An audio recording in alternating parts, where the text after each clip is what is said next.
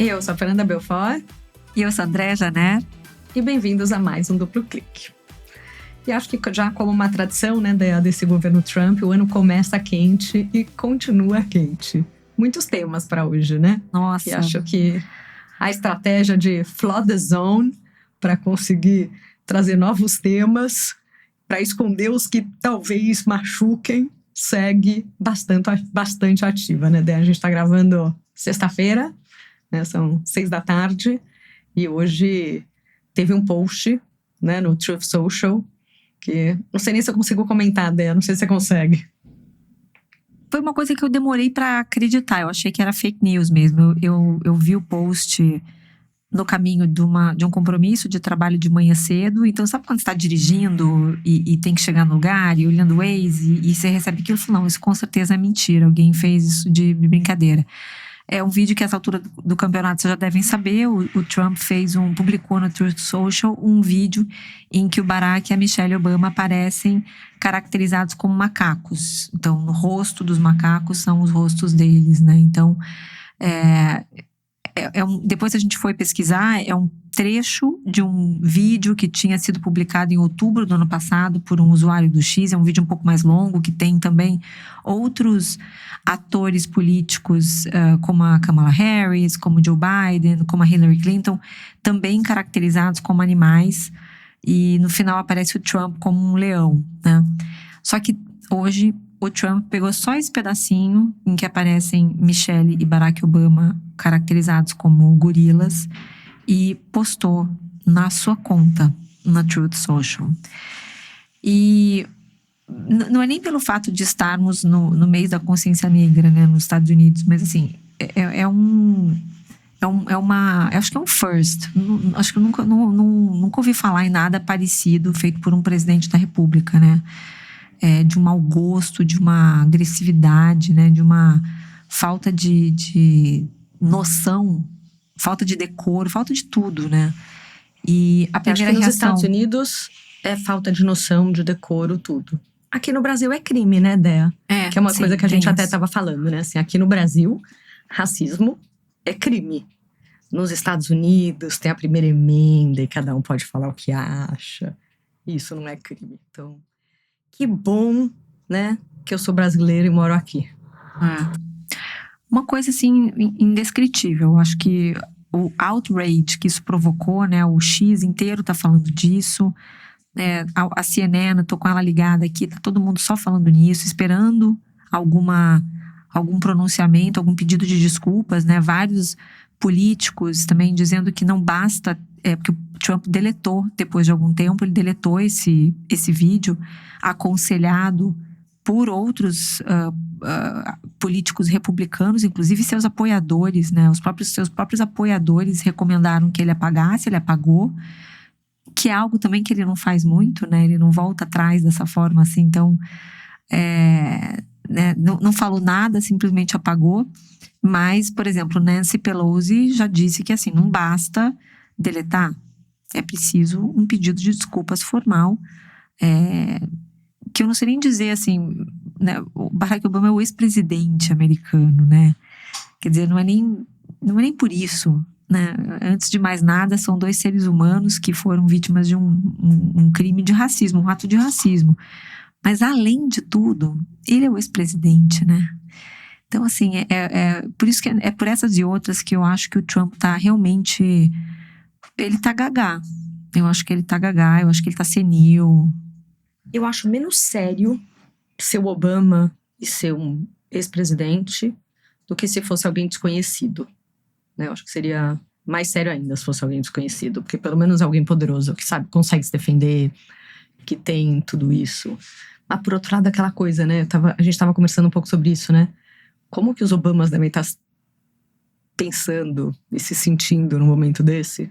E acho que, além de uma revolta, além, né, de um sentimento, com certeza, que deve ter, eles já devem ter vivido situações de racismo algumas vezes na vida, com certeza. Então, isso deve aflorar muita coisa. Mas eu acho que deve dar uma coisa do tipo, caramba, né? Como que isso ainda acontece? Como que isso acontece com a gente? Imagina o que não acontece e o que isso não estimula a normalizar e aceitar que vai acontecer com tanta gente, se pode acontecer com a gente, né? Então... Total, acho que isso, e a gente fala muito disso, né? O quanto que esse tipo de atitude vinda de um presidente da República cria no país um clima de permissividade mesmo com esse tipo de coisa, né? Porque se o presidente faz, todo mundo pode fazer, né? Então, acho que o presidente faz e não é punido, né? Quer dizer, ele não tem nenhum tipo de... Isso não vai ter nenhum tipo de consequência. Ele provavelmente só vai, talvez, pedir desculpas ou não, né? E não vai acontecer nada. Então, assim, isso acaba abrindo precedentes para que as pessoas cometam esse tipo de racismo em outras dimensões, outras instâncias, com crianças, com adultos, enfim. Então, ao mesmo tempo, né, a gente até estava conversando isso um pouco na nossa preparação aqui, talvez tenha sido algo que o Trump fez para desviar a atenção do caso Epstein. Né, a gente sabe que isso é o modus operandi, né? Quando ele começa a ficar muito implicado na história, ele cria um outro factoide e desvia a atenção e todo mundo começa a falar desse outro episódio, né? Sempre tem alguma coisa mais grave pra gente falar. E ele consegue, por um tempo, né, desviar a atenção do foco principal. Então, pode ser que tenha sido isso. Pelo menos ele não começou uma guerra, né? Você sabe que eu ia falar isso, eu até pensei, puxa, mas não sei o que é pior. Eu falei, não, calma, matar a gente ainda é pior do que uma coisa assim, apesar de ser uma discussão péssima, mas realmente não sei o que não tem nem o que dizer. Eu tava achando no começo da semana que ele ia, enfim, fazer alguma coisa no Irã para poder desviar a atenção, porque a Venezuela foi um pouco isso também, né? Groenlândia também foi um pouco isso, mas nunca imaginei que ele fosse criar algo assim. Ele tá assim, realmente ultrapassou qualquer limite. Mas a ponto de realmente seguir com os questionamentos de se ele já não tá totalmente, né, senil, porque não é possível. Eu acho que ele fez, ele pode ter feito por né, com um fundo, né, intencional de criar criar essa nova conversa, né, e desviar o assunto do foco do Epstein, mas pode ser realmente que ele esteja simplesmente perdendo a noção mesmo das coisas, né, e fazendo isso de...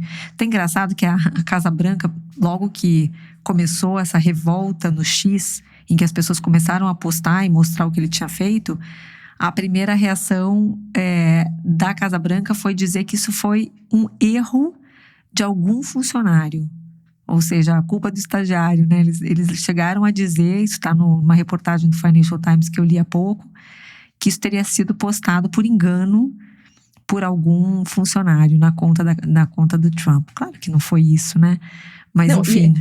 E aquela coisa, né? Eu lembrei daquele caso, há uns anos atrás, num carnaval, de que tinha uma estagiária que tinha acesso à conta do Instagram, era um banco digital, alguma coisa assim que ela trabalhava, e que ela foi fazer um post, né, assim, num bloquinho e tal, mas nós tudo assim, e postou na conta. Isso ainda, e depois até foi um monte de gente que foi super solidário, né, poxa, podia ter acontecido com qualquer um, entenda, não tinha nada tão mais sério, né, assim, no meio disso tudo, mas eu entendo um erro desse jeito. Agora, quem posta por engano um vídeo desse, né? Quer dizer, a pessoa ia postar na página pessoal dela um negócio desse, tipo, e essa pessoa que cuida da conta, não faz nenhum sentido, né? Realmente não faz nenhum sentido. E é interessante, né, Débora, porque a gente, falando muito de Epstein, e muito do que se fala, né, e tem se falado do Epstein, é que falam, né, dos crimes todos, né, assim, de exploração sexual, de pedofilia, de tudo isso. E começam umas discussões totalmente, né, surreais de qual que é a idade mínima, né, para ser considerado pedofilia ou não, quantos anos tinha, quantos anos não tinha. Mas no fim do dia, eu acho que mais do que casos de pedofilia ou coisas assim, é essa percepção, assim, né, do patriarcado, de uma coisa desses homens ricos, brancos, poderosos, que acham que estão acima do bem e do mal e acima da lei. E é a mesma coisa, né, de postar um vídeo desse, a mesma coisa, que é aquela coisa, para eles, tudo é perdoado, tudo se resolve, nada tem consequências sérias. Então, acho que, no fundo, o que está por trás de alguma forma é a mesma coisa. Essa semana acho que já teve bastante repercussão, né, do Epstein. O Peter Attia com certeza saiu machucado. Eu dei unsubscribe em tudo, inclusive numa assinatura paga que eu tinha dele, né? No primeiro momento eu falei, ai gente, o que aconteceu? Aí eu ouvi a resposta dele, né, que começou a explicar um monte de coisa. E ele foi mencionado 1.700 vezes. Difícil, né?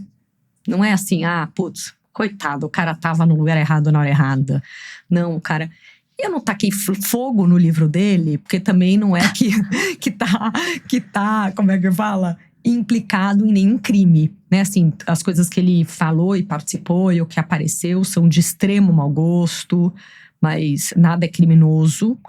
E, então, não é isso. Eu acho que não invalida, né, as coisas que ele criou como médico e tudo, mas eu, pelos meus valores, não vou seguir, não vou continuar seguindo ele e, né, vou muito menos dando meu dinheiro para ele.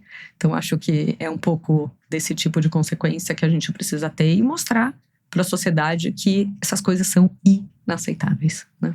Eu acho que uma das coisas que me chamou muita atenção em vários dessas trocas de e-mail que acontecem no caso Epstein, que agora estão vindo muitas à tona, né?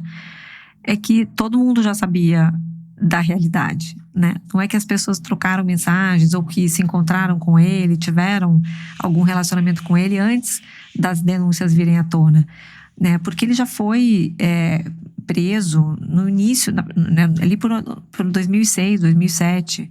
E essas trocas de mensagem... em 2008. Exato. E essas trocas de mensagem são de 2013, 2014. Ou seja, as pessoas sabiam. E inclusive o Peter Attia tem uma troca de mensagem com o Epstein em que ele pergunta legalmente como é que estão as coisas.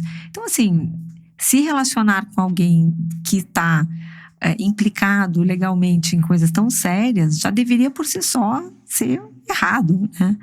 Então, eu acho que para mim, esse timing das coisas me chamou muito a atenção, assim, de como essas relações perduraram por tanto tempo, mesmo depois que os problemas dele tinham vindo à tona.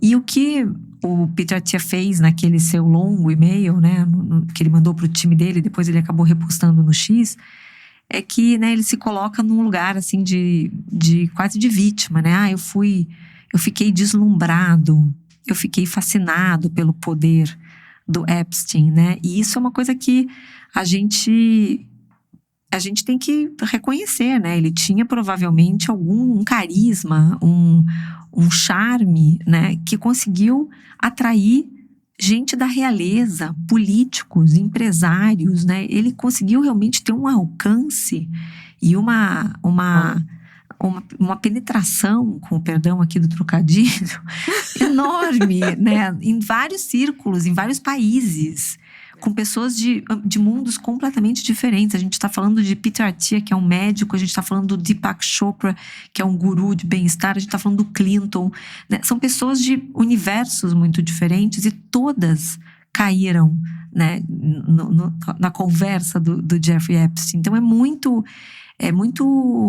curioso que pessoas tão inteligentes, né, como Bill Gates, tenham se deixado levar por um cara que prometia, né, juntar pessoas. Ele, por exemplo, o Bill Gates agora está alegando que ele achou que o Epstein ia ajudá-lo a levantar fundos para a sua fundação, que era a fundação mais rica do mundo, assim, tipo, não necessariamente o Bill Gates precisava de fundos, né, mas várias pessoas se envolveram com ele, dizendo que ele prometia apresentar filantropos, né, ele fazia um pouco esse papel. O próprio Reid Hoffman também, que é o fundador do LinkedIn, que foi pego também nos e-mails, disse que estava ali também achando que tinha um fundo de filantropia na história. Mas aí a pessoa não vai 10 vezes, né? Ela vai uma vez, percebe que não é bem assim e não volta mais, concorda? Essa, inclusive, é a brincadeira que o Elon Musk fez com o Reid Hoffman no X, né? Porque o Musk é muito engraçado, porque ele está implicado, assim, até o último fio de cabelo nos e-mails do Epstein, mas ele fica cutucando os inimigos dele que também estão nas files. É muito engraçado ver Até isso. porque Assim, tipo, piorar a imagem do Musk não é é algo fácil. Porque o cara já tá no, assim, né? o fundo do poço. Entendeu? Assim, cara, agora você pega um Bill Gates, que realmente tem um trabalho sério de filantropia, que tem um monte de coisa. Se bem que, olha, tem muitos podcasts atrás, teve um dia até que eu comentei, quando a gente tava falando da Melinda Gates, que eu falei, teve alguma coisa a ver com o Epstein na separação dos dois, né? E ela confirmou, e acho que foi até interessante, porque ela, né, deu uma entrevista essa semana. Super. E comentou, né, perguntaram sobre isso, tudo. Ela falou, olha, eu decidi sair desse casamento. Então, em nenhum momento ela nega ou fala, duvido que isso tenha acontecido, nem coisas assim. Então, acho que esse é um ponto que vem. E eu tava ouvindo o Pivot, né, da Kara Swisher com o Scott Galloway. E eles estavam comentando, né, o Scott estava comentando que o casal Clinton, né, os Clintons vão depor no caso, vão ser ouvidos. E ele falando, né, e super interessante, porque ele falando que ele teve a oportunidade de conhecer o Clinton e que o Clinton tem, assim, um poder de carisma, de empatia, que ele comparou ao da Oprah. Né, assim, você tá lá e você fala, meu, esse cara realmente se importa comigo e tudo, que é uma coisa assim, né, ele tem um magnetismo mesmo muito forte. Mas ele falando, cara, mas assim, né, além disso, eu tenho certeza de uma coisa na vida, que eu nunca quero estar do lado contrário aos Clintons. Assim, daí ele começou até a brincar, falando assim, se eu fosse chamar, fazer um jogo, vou inventar aqui, não lembro, né, de basquete, os caras não jogassem nada de basquete, mesmo assim eu ia virar e falar, gente, eu quero você no meu grupo, porque eu tenho certeza que se você estiver lá no outro time, os caras vão dar um jeito de destruir o meu time. Né? Então ele falou, meu, assim, eles estão achando que vão expor, né, os democratas ou os Clintons por causa disso tudo. Eles não vão. Né? Eles vão, pelo contrário, eles se sair prejudicados. Ele até brincou e falou, esse é meu Super Bowl, né? Praticamente assim, vou fazer uma pipoca e assistir, porque vai ser incrível. Pois é, eu acho que ainda tem muitas files para aparecer. Acho que essa semana também eu assisti algumas entrevistas de vítimas muito indignadas com o fato de que alguns nomes ainda estão redacted, né? Alguns nomes foram ocultados. Alguns nomes de vítimas não foram ocultados. Alguns nomes de vítimas não foram, mas alguns nomes de clientes envolvidos foram redacted, né? Tem casos de e-mails inteiros, páginas inteiras, todas cobertas, né?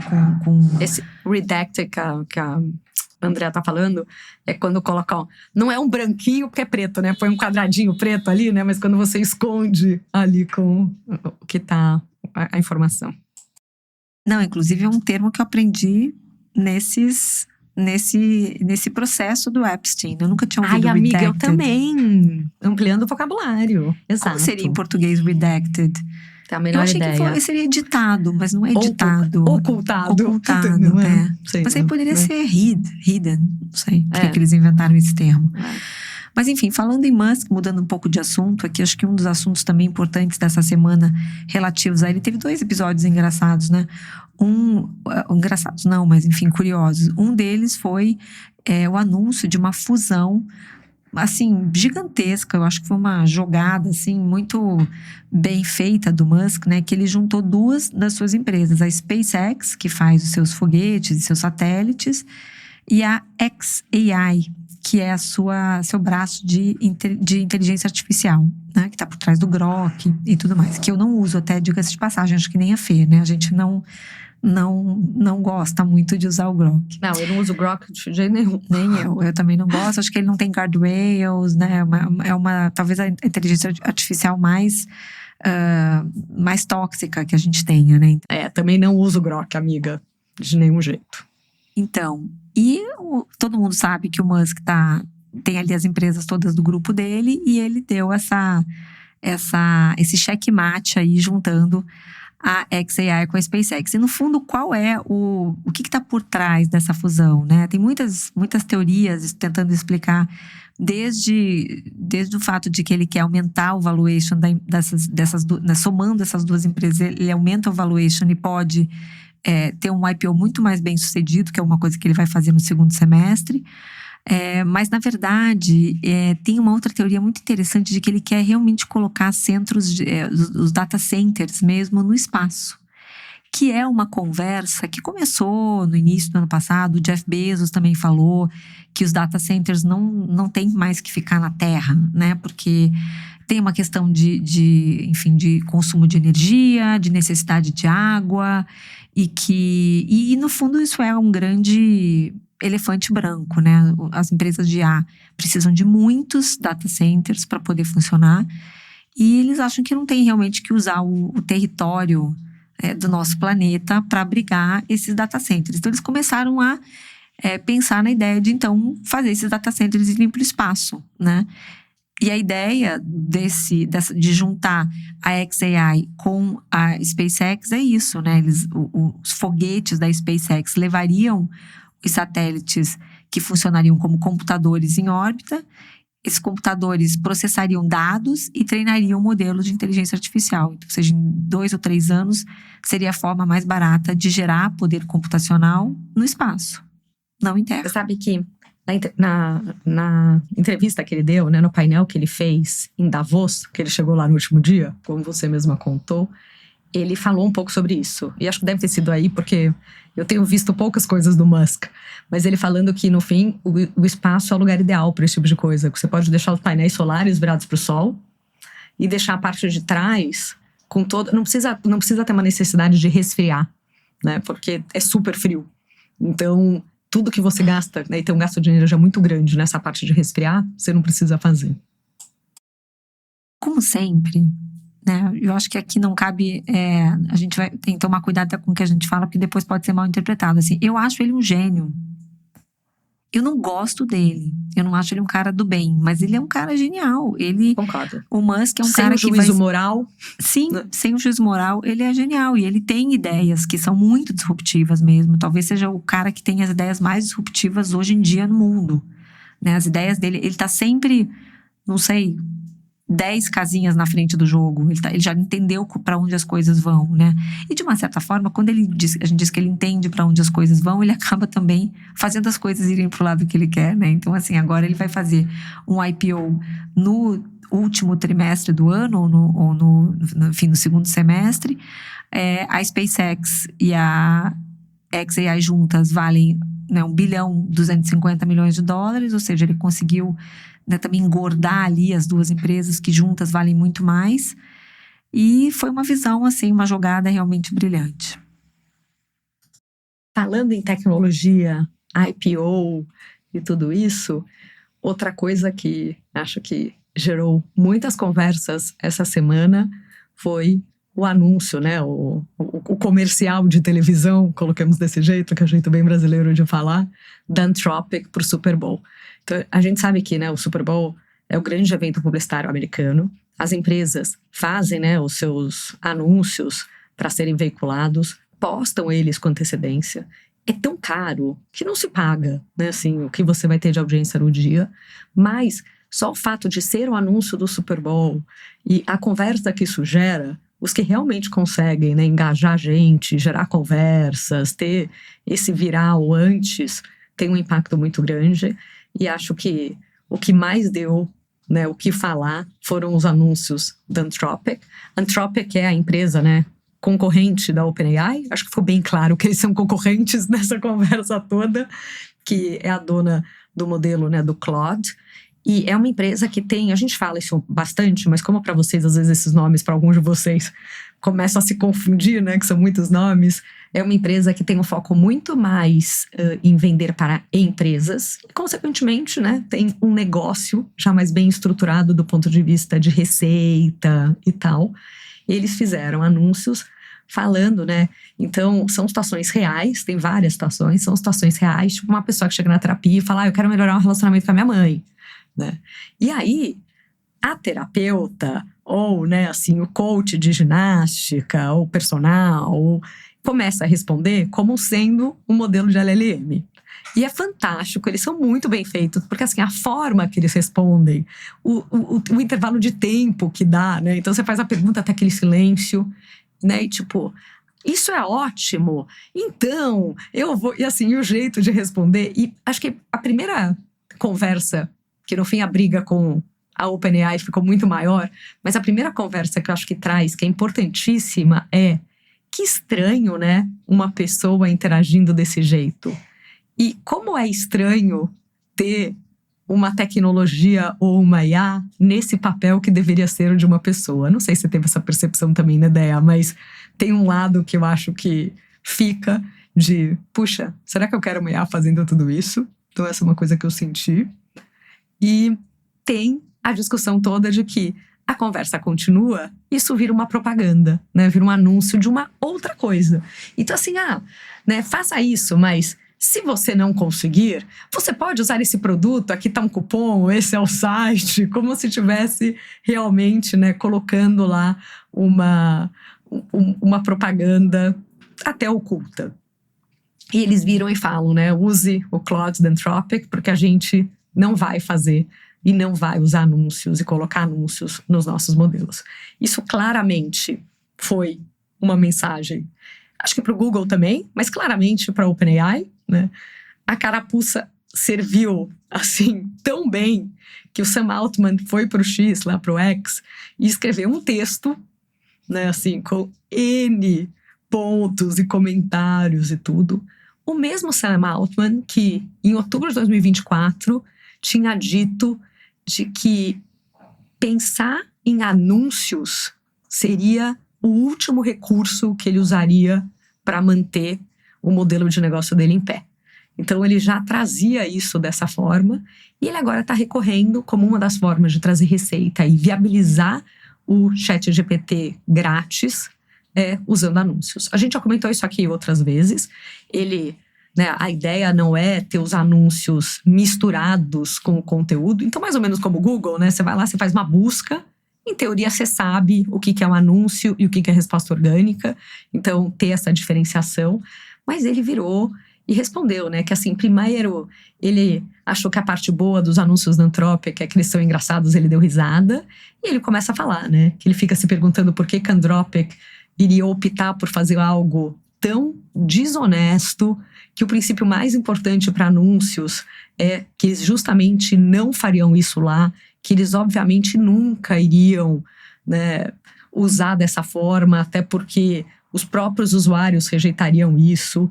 E aí ele começa a falar mal da Anthropic, começa, né, a trazer um monte de pontos e falar, no fim do dia, a Anthropic é uma empresa que tem produtos caros para gente rica. Tudo bem, nós também temos, mas a gente acredita que a gente tem que dar acesso à população, tem que ser democrático e por isso que a gente usa isso.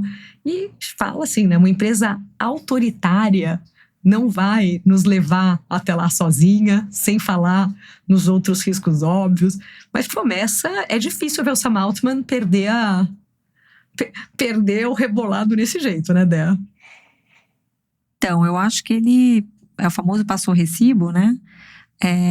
Acho que ele também se obrigou a responder porque o anúncio fez muito sucesso, né? Tá todo mundo postando, tá todo mundo falando, elogiando, os anúncios são muito bons.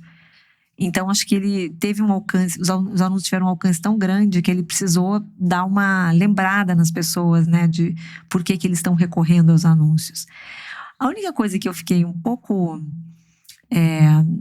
não digo assim ressabiada, mas eu acho que foi ousado da Anthropic fazer esse statement, né, de que nós não vamos usar anúncios nos nossos modelos.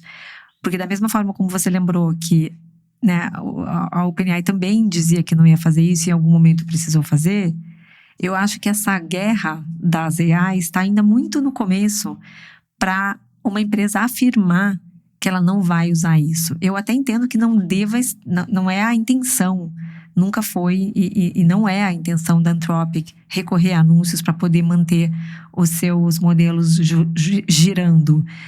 Mas, do jeito que esse mundo da inteligência artificial dá assim, uma pirueta por dia, um cavalo de pau no outro, é o famoso assim, será que você deveria dizer dessa água não beberei? Né? Tipo, ele tá afirmando que o seu maior concorrente está usando uma coisa que ele nunca vai usar. Mas ninguém sabe se amanhã depois ele não vai usar, porque a gente sempre fala isso aqui na Oxygen, no Duplo Clique. O pessoal da OpenAI tentou várias formas de ganhar dinheiro. Eles recorreram aos anúncios porque custa muito caro treinar os modelos e eles não têm outras fontes de renda. Diferentemente do Google, por exemplo, diferentemente da Meta, por exemplo, que tem outras fontes de renda e podem, né, usar esse dinheiro para fund as suas iniciativas ali de IA. Tem pai rico.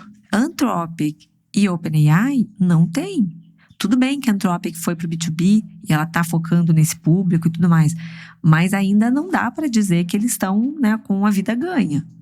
Então eu acho assim, achei ousado eles darem essa declaração e usarem isso nos anúncios, porque se amanhã ou depois eles tiverem que usar, isso vai ser usado contra eles.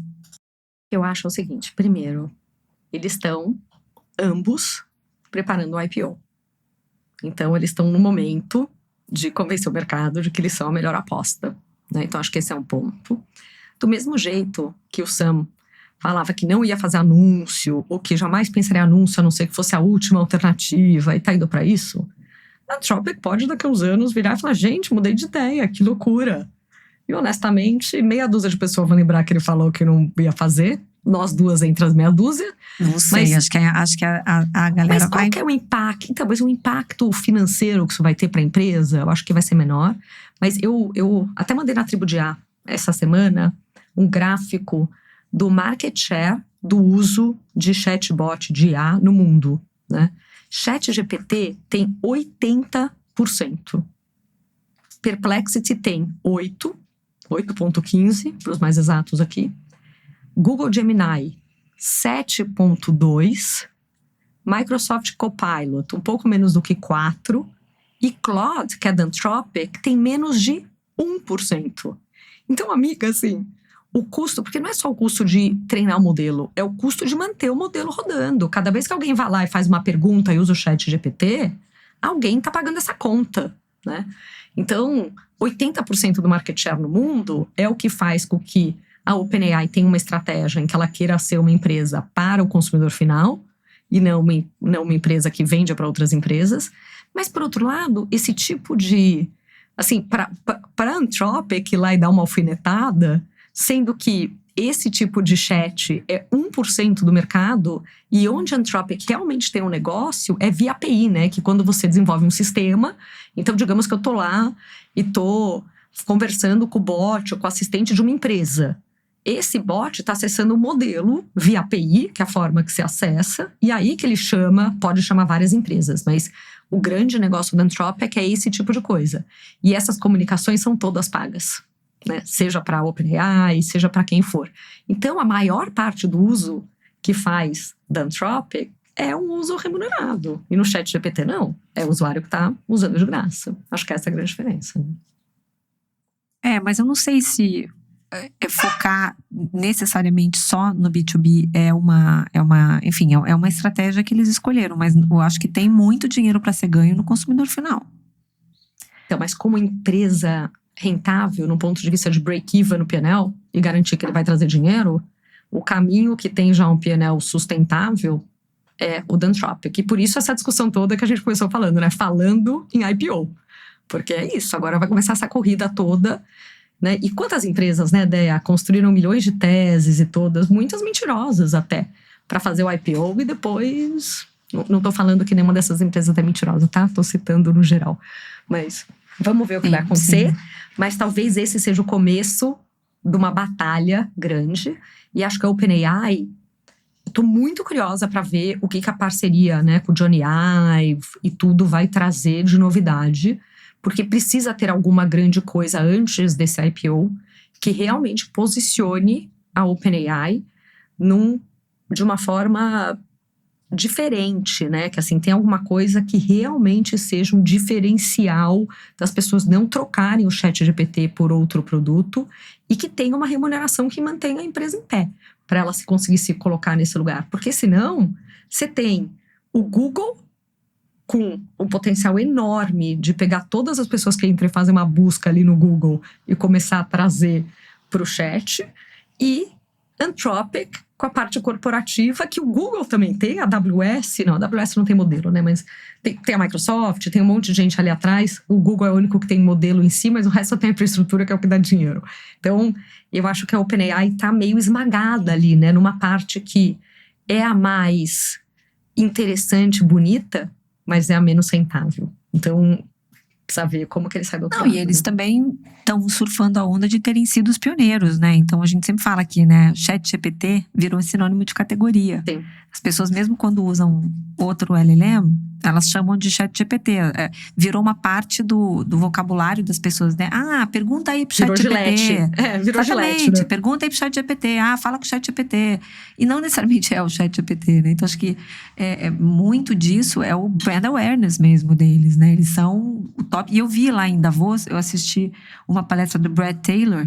Não lembro agora qual o cargo dele, mas ele é um dos Brad chiefs. Taylor foi um co-CEO da Salesforce, junto com o Mark Benioff. Então, conheço bem, acompanho bastante ele. Sim, e agora ele tá na OpenAI e ele fez uma... Ele é presidente do conselho da OpenAI. Isso. E tem uma empresa de bot que chama Sierra, mas Exatamente. ele é presidente do conselho da OpenAI. E ele é muito bom. Eu assisti ele em Davos, adorei, achei ele ótimo. E ele terminou a fala dele dizendo: o ChatGPT quer ser the defining brand of the AI era. Tipo, a gente quer que o ChatGPT seja a marca definitiva da era da IA generativa, né? Então, assim, eles estão indo muito nessa direção mesmo, assim, eles até mudaram, eles agora até desmontaram uma outra área de pesquisa que eles tinham dentro da OpenAI, não sei se você leu sobre isso essa semana, mas eles acabaram até laying off, mandando embora uma turma que era muito focada em pesquisa. E agora eles estão, assim, a ordem dentro da OpenAI é foco em consumidor, foco em melhorar a experiência do consumidor, em tudo voltado para consumidor final. Então para mim, esse North Star deles lá, que agora tá na moda falar isso, né, que não é mais essa missão, essa visão, é a coisa do North Star, é realmente ser a marca que todo mundo vai lembrar, é o top of mind quando a gente fala de inteligência artificial generativa para consumidor final. Que a gente estava comentando no episódio passado, há 2 semanas atrás, que é isso, né? Eles estão atrás de dinheiro, vendo quem coloca dinheiro ou não, porque a grande verdade é que eles não têm pai rico e eles têm uma vida bem cara, né? O custo fixo ali no mês é bem alto, né? E falando em Super Bowl, Dea, também temos, né, outra conversa interessante no momento, que é, né, o Bad Bunny, que vai fazer o show do intervalo. Eu não tinha a menor ideia de quem era Bad Bunny, gente. Então, se alguém aí também não tem a menor ideia, sinta-se abraçado. Você esqueceu, Fernanda. Você esqueceu, porque no Oxytrends tinha da Bad Bunny. Oxygen, a gente falou junto que no Spotify... o MC Ryan. Exato, que aquela bancada que eu dei. Não te zoei nada, porque eu faria total. É que eu tenho filhas adolescentes, eu já tinha ouvido do MC Rian. Aí depois eu falei, que o Ryan é Rian mesmo. Então, a gente morreu de rir. O Bad Bunny foi o artista mais ouvido, de acordo com o Spotify, em 2025, no mundo, né? Então, assim... que a gente tá um pouco velha para essa geração, mas o Bad Bunny é realmente um fenômeno e é porto-riquenho, né, Fê? Conta pra gente aí essas nuances da história do Super Bowl. Você já sabia de Bad Bunny, eu não sabia de Bad Bunny. Então, de repente, começa a gente, Bad Bunny ganhou melhor álbum do Grammy, Bad Bunny fala sobre o Ice, Bad Bunny é porto-riquenho, Bad Bunny irá fazer o show do intervalo do Super Bowl. O povo todo do MAGA está, né, louco da vida. Aí eu fui me aprofundar para entender essa história toda, né? E o Bad Bunny, como a Dea já falou, né, nossa musa da cultura pop, ele é super importante nos Estados Unidos e no mundo todo. E acho que tem algumas coisas que nesse momento, né, cultural e de tudo que está acontecendo no mundo, são super interessantes, né? Porque esse sucesso todo que ele faz cantando músicas em espanhol, né? Ele é de Porto Rico. E aí eu também, né? Aquela coisa, gente, mas Porto Rico é americano mesmo, não é? Desculpa a todos os mais cultos do que eu, né? Mas várias coisas não lembro das minhas aulas de geografia. Falei, deixa eu tentar entender de novo esse negócio. E é isso, né? Assim, Porto Rico é um território dos Estados Unidos, mas não é nenhum dos estados, nem um país independente. Os porto-riquenhos, eles são considerados cidadãos americanos, mas eles não votam para presidente, a não ser que eles estejam morando no continente americano. Então, quer dizer, é uma coisa muito doida, né? Porque é americano, mas não é americano. Então, para os americanos, acho que eles não consideram porto-riquenho como americano, mas tem uma coisa assim. A ilha, né, tem algumas crises recorrentes ali, apagão, problema econômico, desigualdade, né, migração em massa. Então, tem muita coisa. É uma região também, uma ilha que tem uma cultura musical muito forte, né, até desses reggaetons e tudo. E ele representa, né, e acho que a escala que ele tem, né, Dea? Porque não é um nicho que ouve pro cara ser o mais ouvido do Spotify, né? Assim, tem muito americano que não fala uma palavra de espanhol que ouve, né, Bad Bunny. E ele é extremamente ativo, né, e vocal em relação à política. Eu estava assistindo, né, um podcast hoje de manhã e que tava até uma jornalista que conhece super ele, acompanha em Porto Rico e tudo, comentando que ele não faz shows mais nos Estados Unidos, porque ele tem medo que o ICE vá no show prender as pessoas, porque obviamente ele tem uma parte de uma audiência latina forte, né? Ele tem e é muito forte, né, nesses comentários, em várias premiações ele grita, "Fuera, ICE!"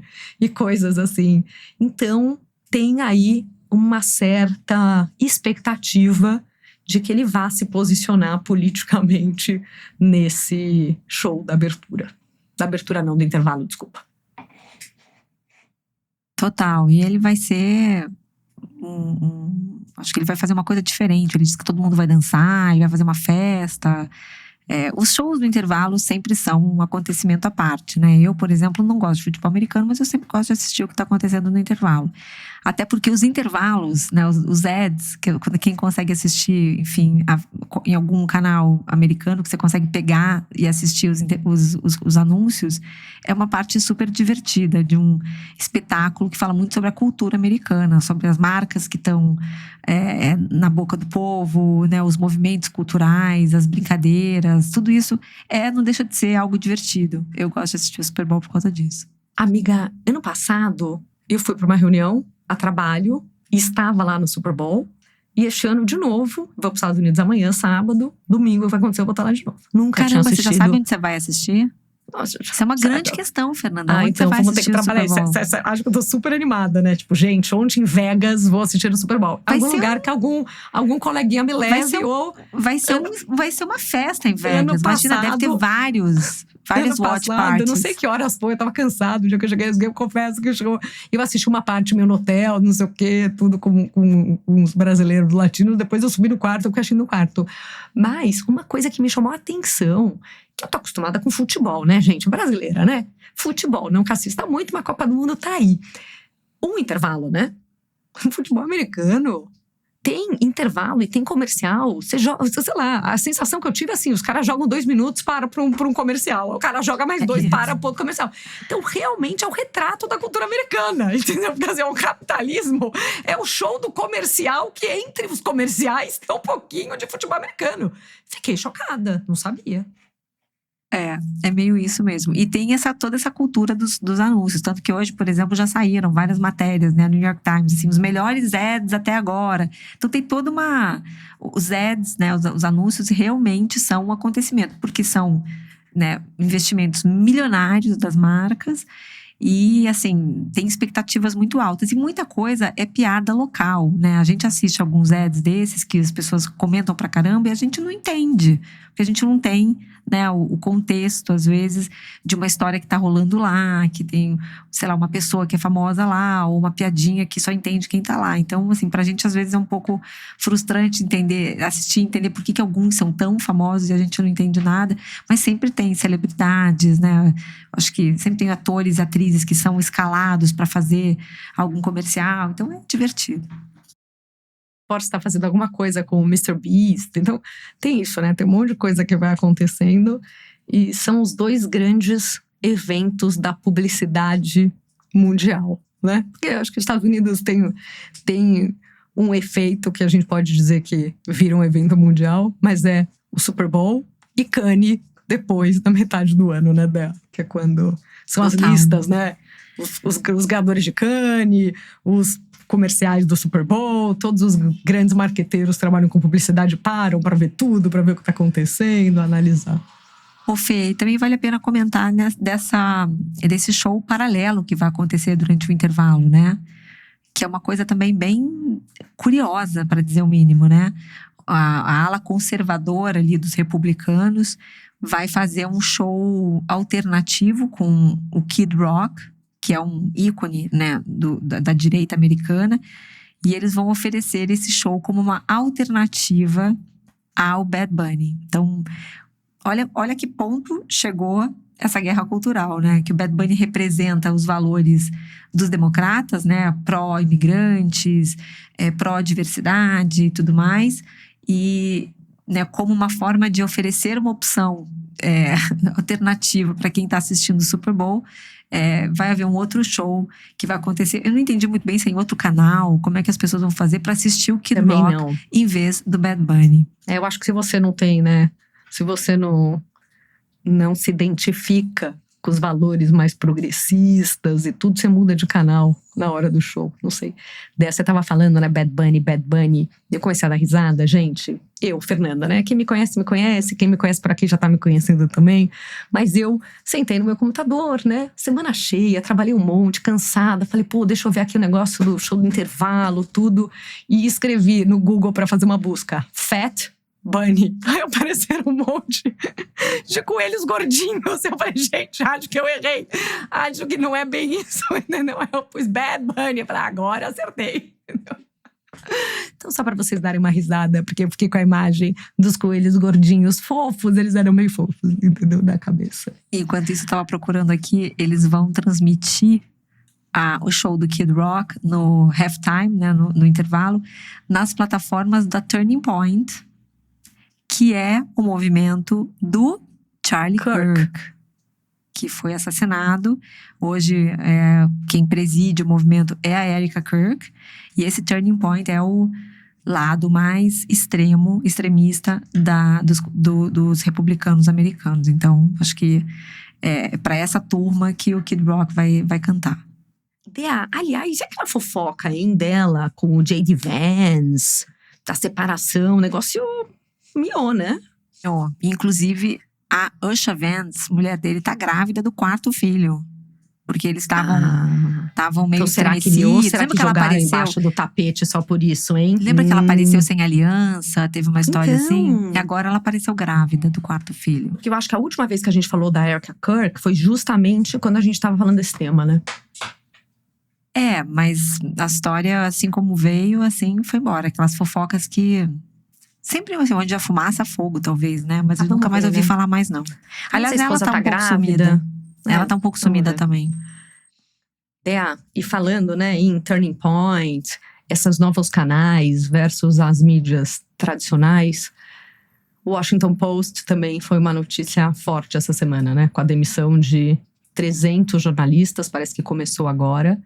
E não só o que está acontecendo, né, com o Washington Post, mas o momento em que isso está acontecendo, né? Um momento que nunca foi tão importante ter jornalismo sério, né, independente, nesse momento de proteger a democracia americana. E ainda mais num jornal que é o jornal que cobre… Aliás, cobre muito mais do que Washington, né? Mas cobre muito Washington e que tem uma relevância tão grande histórica nos Estados Unidos, né? Total, fiquei muito triste nesse dia, porque é 1/3 do jornal. 1/3 do jornal. São jornalistas, principalmente das editorias que ficam fora dos Estados Unidos, os jornalistas que cobrem. Tinha, inclusive, uma das jornalistas demitidas está no meio da guerra da Ucrânia. Ela estava lá, cobrindo in loco. E ela foi avisada lá. Ou seja, ela ia ter que arrumar as coisas dela, voltar para os Estados Unidos. Então, assim, foi muito triste. Né? O Washington Post já estava dando alguns sinais de de crise nos últimos meses. Como você falou, é um jornal que é sinônimo de cobertura política nos Estados Unidos, teve um papel fundamental em vários ciclos políticos. Eu li há muitos anos atrás o livro da Katharine Graham, que foi a CEO do jornal durante muito tempo, era um jornal que pertencia à família Graham, e que foi comprado, todos aqui devem lembrar, pelo Jeff Bezos, alguns anos atrás. Eu não lembro exatamente quando que o Washington Post foi comprado pelo Jeff Bezos. E não é incomum que esses tech moguls, né, hoje comprem veículos. Isso está acontecendo em vários lugares do mundo. No Brasil também aconteceu, né? A gente sabe hoje que a Exame pertence ao BTG, que a Infomoney pertence à XP, um grupo de Santa Catarina lá, o NSC, pertence à família dona de uma farmacêutica, né, o Carlos Sanches. Então, assim, enfim, tem movimento, enfim, a CNN com o Rubens Menin. É comum que isso venha acontecendo. E os jornais, os veículos, as revistas, eles passam das famílias fundadoras, né, para novos controladores que não necessariamente têm no jornalismo, né, uma paixão ou uma vocação, né? Eles viram um negócio.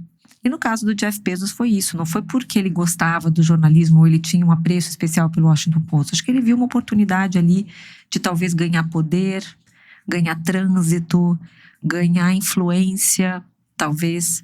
E ele começou lá no início da sua gestão, né, no Washington Post, colocando bastante dinheiro para tentar tornar o jornal um pouco mais tecnológico, um pouco mais ágil, contratou pessoas novas.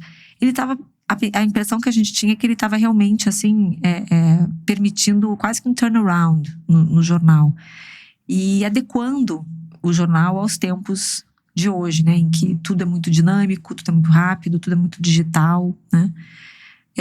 Mas eu acho que, para mim, o grande momento ali de virada foi logo antes das eleições americanas, das últimas eleições americanas, quando 11 dias antes da eleição, o Washington Post ia publicar um editorial apoiando Kamala Harris, como é muito comum nos Estados Unidos, né, que os jornais declarem seus apoios políticos abertamente, né?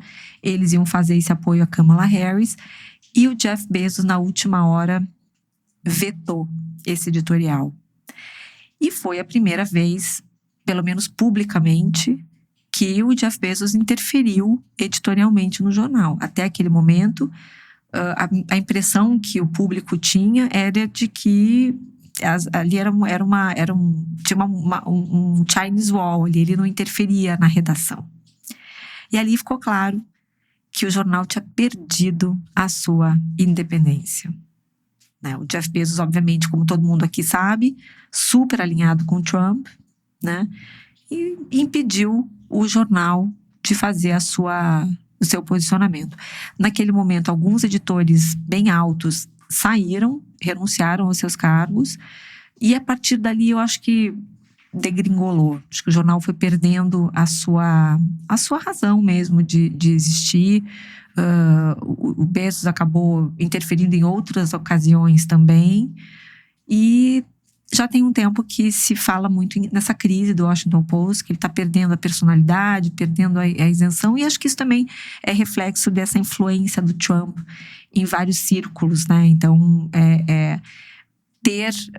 controlar um pouco as narrativas é fundamental para o poder que o Trump precisa ter no mundo hoje, né? Então, acho que o Washington Post deixou de ter esse espaço, essa liberdade, essa independência. E aí, quando veio essa notícia desse passaralho, que é como se chama essas demissões em massa na imprensa, né? O nome disso é passaralho, o pessoal de jornalismo conhece bem esse nome. Foi uma lástima, né? Jornalistas que trabalhavam há muitos anos no Washington Post foram desligados. A imprensa americana, dá para dizer que ficou em luto anteontem. Todos os jornais escreveram artigos muito assim, contundentes sobre esse momento. O New York Times fez uma matéria ótima. O Atlantic fez uma matéria chamada The Murder of Washington Post, ou seja, o assassinato do Washington Post. Ou seja, a imprensa nesse momento se uniu para lamentar e para tentar mostrar a força desse setor que é tão importante para a democracia, como você falou. Perfeito, Dea. Eu estava até levantando aqui, né? Ele comprou o Washington Post em 2013, né? Por 250 milhões de dólares. E é interessante, né? Porque, como você mencionou também, muitos desses jornais, revistas, foram comprados por bilionários. Mas muitos numa situação meio de quase uma filantropia, né? Assim, é tão importante que essas indústrias continuem, né, que isso continue acontecendo para a sociedade, que vamos garantir que essas empresas continuem em pé. E que até tem esse questionamento, né, sincero, tipo, é sério, ele esperava que desse lucro? O que ele esperava que acontecesse? O que ele quer com isso, né? O que um BTG espera da Exame? Assim, é um pouco de controle de narrativa, mas até onde vai, até onde não vai, o que é, mas não dá para competir, né, com o negócio da Amazon e da AWS. Por que esse cara vai ter um jornal se não for por uma outra razão que até o momento era muito mais ligada a agendas positivas, né, da importância disso para a sociedade. Quando eles fizeram, né, quando ele segurou esse editorial e não deixou ser veiculado, em 2024, cancelaram 250 mil assinaturas, né, por essa mesma matéria no The Atlantic que você comentou. Então, isso teve realmente um impacto grande. E claramente, né, eu lembro da gente comentar desse assunto no começo do podcast. Hoje, depois de tudo que o Trump tem feito, ele sabia onde estava se metendo, né? A verdade é que numa administração do Biden ou do Obama, existia espaço para você ser empresário e ter um jornal e não interferir com o editorial daquele jornal, porque isso era o que era aceitável e politicamente correto. No mundo atual, nos Estados Unidos, isso não existe mais. E por isso que manter esses veículos em pé, que bom que pelo menos, né, a gente ainda tem o The Atlantic, a gente tem outros que não têm bilionários que estão preocupados simplesmente com dinheiro e manter, né, os seus negócios rodando e podem continuar questionando. Mas é muito realmente preocupante e triste ter uma perda nessas instituições que ou vão perdendo a confiança das pessoas ou vão realmente perdendo a capacidade de fazer a diferença, de ter matérias investigativas. E já existe, né, esse efeito dominó, eu acho, que já estava acontecendo lá. Essas mudanças editoriais, menos assinantes, saída de um monte de jornalista de elite importante, vai caindo, né, a qualidade dos furos, das coisas. Isso vai levando o jornalismo cada vez para uma situação pior. Mas eu acho que é uma marca muito forte ainda. Vamos ver como é que eles vão se recuperar. Eu acredito nessa recuperação. Tem histórias, né, interessantes aí no passado. A Kara Swisher, que a gente adora, né, chegou a tentar conversar com alguns VCs para tentar investir, comprar o Washington Post do Bezos, né, para poder resgatar a credibilidade e a independência desse jornal. Então eu não duvido que algum movimento assim aconteça e o Washington Post volte a ser essa referência em política, em economia nos Estados Unidos. E eu acho que aqui não é só uma questão econômica, né? De se vai dar prejuízo, se vai dar lucro, não estou mais interessado no negócio, estou cortando, se alguém me fizer uma boa oferta eu vou vender. Eu acho que o maior interesse é realmente controlar um jornal tão importante, né? Torná-lo chapa branca. E quer dizer, eu não sei se o Bezos venderia para uma equipe de jornalistas e um VC. Também não. Eu acho que não, né? Eu acho que o jogo agora é outro. Também não, mas ele também tem um jornal que está esvaziado de leitores e de assinantes, também não é bom, né? Então, acho que vamos entender o que vai acontecer daqui para frente, mas ele tá realmente, a marca está derretendo, né? A credibilidade já está, enfim, seriamente comprometida. E aí aquilo vai virando o quê, né? Se ele não tem mais, se o jornal não influencia mais, se ele não tem mais a capacidade de influência que um dia teve, né? Pra quê? Eu acho, a sensação que eu tenho hoje, por mais triste que seja, sabe aquelas coisas que existiam antigamente, né? Que não existem mais tanto porque o CAD, né? Os departamentos de controle, né, da concorrência no mundo acabam impedindo, mas aquela coisa do tipo, eu tenho uma empresa, vem um concorrente, começa a crescer, eu vou lá, compro a empresa, simplesmente para tirá-la de circulação e ponto. Eu acho que talvez o que tenha por trás hoje do interesse do Washington Post é silenciá-lo e ponto. Independente se está dando dinheiro, se não está, do que é. E talvez a gente tenha que sair dessa fase do Trump para conseguir virar isso, né? Não sei, vamos ver o que vai acontecer. Mas gostaria muito, né? Cadê a Melinda Gates? Cadê? Entendeu? Cadê as outras bilionárias, né? A Mackenzie Scott, que chama a ex do Bezos, que é o... Como que a gente consegue, de repente, talvez a gente precise de uma mulher bilionária aí comprando ou tentando. A Atlantic é da Laurene Powell Jobs, né? A mulher do Steve Jobs, viúva do Steve Jobs. Ela Viúva hoje é a Steve dona Jobs, da The exato. Atlantic. E a The Atlantic tá voando baixo. Tá contratando jornalistas super conhecidos, crescendo. Hoje ela é lucrativa, né? O Nick Thompson, que é o CEO, o nosso muso também, super administrando super bem a revista.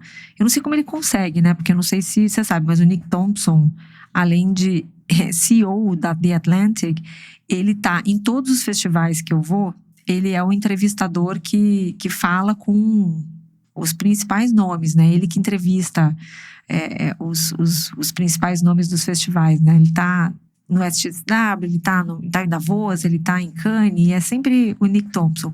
E, além de tudo, ele é detentor do recorde norte-americano de ultramaratona para maiores de 50 anos. Então, ele é um corredor de ultramaratonas, né? Então, além de tudo, maratona, né? o Nick Thompson é um cara realmente fora da curva. Tô mostrando pra Deia, só quem tá no YouTube que tá vendo, né? Que eu tô com a revista física do The Atlantic na minha mão. Ai, que maravilhosa. E que tem uma matéria do Nick Thompson falando, né? Why I run. E ele fala, né? Que ele continua correndo porque o pai dele parou. E como que aos 40 anos a vida do pai dele começou, de repente, a dar uma desandada e tudo. Que ele, parando pra olhar pra trás, associa muito isso ao pai ter parado. E pelo pai ter parado, que ele continuou. Então, interessante. E ele escreveu um livro agora, né? Ou seja, ele faz... Não dá pra... É aquele cara que você fica se perguntando, né? Como é que ele vive? Que horas ele dorme, né? Mas alguma coisa ele tem cai, 3 né, filhos. amiga? Alguma coisa cai, né? A mulher dele deve ser uma heroína, cuida da casa, dos filhos. Porque não é impossível, né?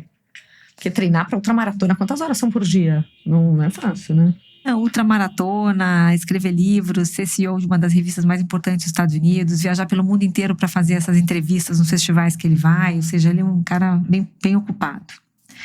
Mas é isso, acho que temos um podcast, né? Temos um episódio aí, passamos um pouquinho de 1 hora. E a gente agora com a Fê indo viajar amanhã. Então a gente semana que vem deve gravar talvez no domingo, né? Quando você tiver provavelmente de volta. no domingo de carnaval, porque eu chego de Las Vegas sábado de manhã. Então, provavelmente a gente grava no domingo. Mas é isso aí, gente. Fiquem tranquilos, tá? Que eu não vou apostar aqui todo o dinheiro que a gente coloca no maravilhoso trabalho do Mig para editar esse podcast, aguentar a gente. Não vou apostar isso nas mesas de pôquer. Então, a continuidade do podcast tá garantida. Vou estar lá trabalhando para pagar os boletos e vai dar tudo certo, entendeu? Ótimo, boa viagem. Juízo Obrigada, lá em Vegas. Gente. E nos vemos na semana que vem. Obrigada, mais, amiga. pessoal. Obrigada, Beijo, turma. obrigada. Tchau, tchau. Tchau, tchau.